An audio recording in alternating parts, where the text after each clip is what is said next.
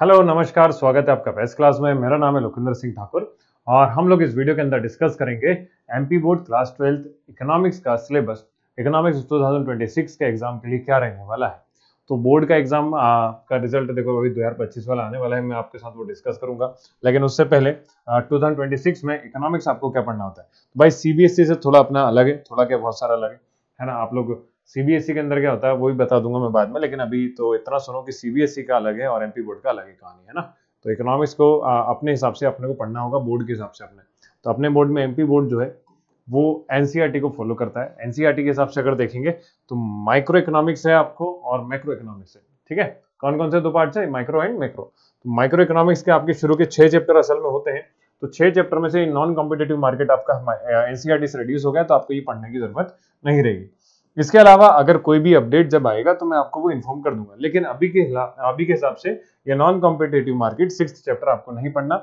आपके पास अब कौन सी बुक है आप उसको प्रेफर कर रहे हैं, तो उसके अकॉर्डिंग सिलेबस को कृपया करके जमाना।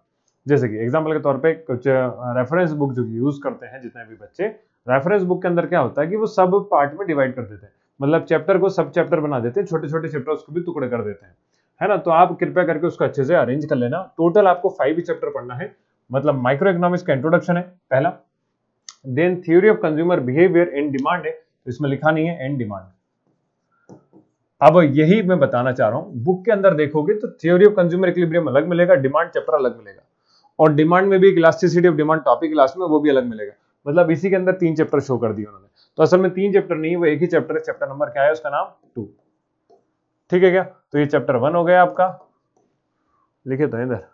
ये हो गया chapter number 3 production and cost, chapter 4 the theory of the firm under perfect competition, and chapter number 5 market equilibrium.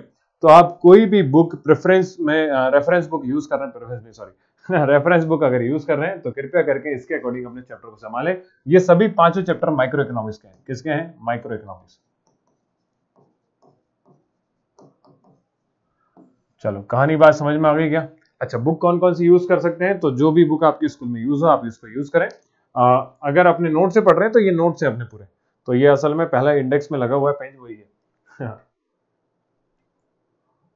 और YouTube पे मैंने ऑलरेडी एक तो पूरा इकोनॉमिक्स समझा रखा है। इसके अलावा आप मुझसे अगर पढ़ना चाहते हैं तो एप्लीकेशन पे इसके लिए अलग से सेपरेट कोर्स है इकोनॉमिक्स का।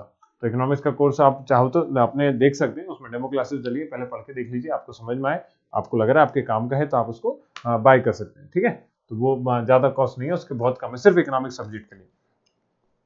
फिर बात करते हैं इसके आगे। तो माइक्रो के बाद आपका मैक्रो आता है, मैक्रो इकोनॉमिक्स। अब मैक्रो इकोनॉमिक्स में मैक्रो इकोनॉमिक्स का पहला इंट्रोडक्शन है, तो इसमें सारे 6 चैप्टर आपके हैं और ये 7th चैप्टर अगर इसको अपन बोलेंगे, फिर आप कौन सा बोलेंगे, चैप्टर नंबर 7। तो इंट्रोडक्शन है। चैप्टर नंबर 8, चैप्टर 8 से इससे न्यूमेरिकल आता है, तो आपको न्यूमेरिकल सीखना है ना। और money and banking chapter number 9, determination of income chapter number 10, chapter 11 government budget, और चैप्टर 12 आपका ओपन इकोनॉमी।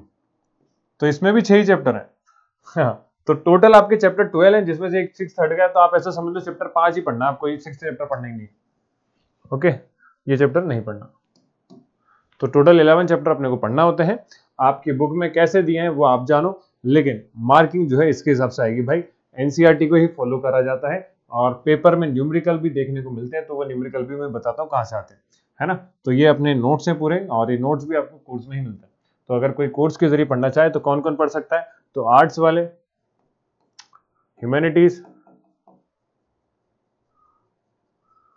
और इसके अलावा कॉमर्स,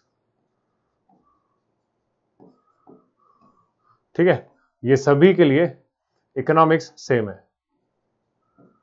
है ना। तो आप इकोनॉमिक्स जो है इसको प्रेफर कर सकते हैं। तो ऑलरेडी यूट्यूब पे सिलेबस डला हुआ है, जो यूट्यूब से पढ़ना चाहे यूट्यूब से पढ़ लीजिए, और जो एप्लीकेशन पे पढ़ना चाहे तो एप्लीकेशन पे 2026 के लिए क्लासेस स्टार्ट हो चुकी हैं।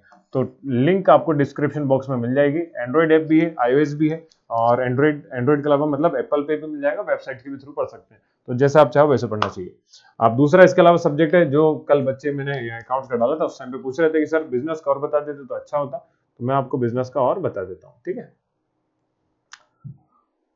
तो ये पूरे डिटेल नोट्स हैं जो कोर्स में दिए जाते हैं। तो ये आपका है बिजनेस स्टडीज। बिजनेस स्टडीज का सिंपल सा सिलेबस है भाई।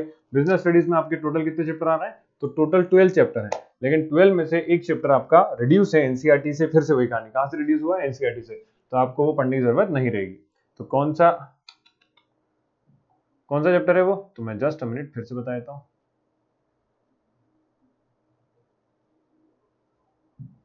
तो वो चैप्टर नंबर 10 है, chapter number 10 financial market.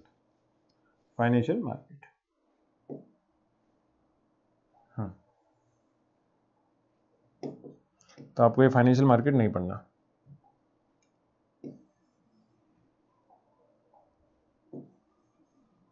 Okay, तो फाइनेंशियल मार्केट नहीं पढ़ना होता तो पहला nature and significance of management, principle of management, business environment, planning, organising, staffing, directing, controlling, financial management, marketing management, consumer equilibrium.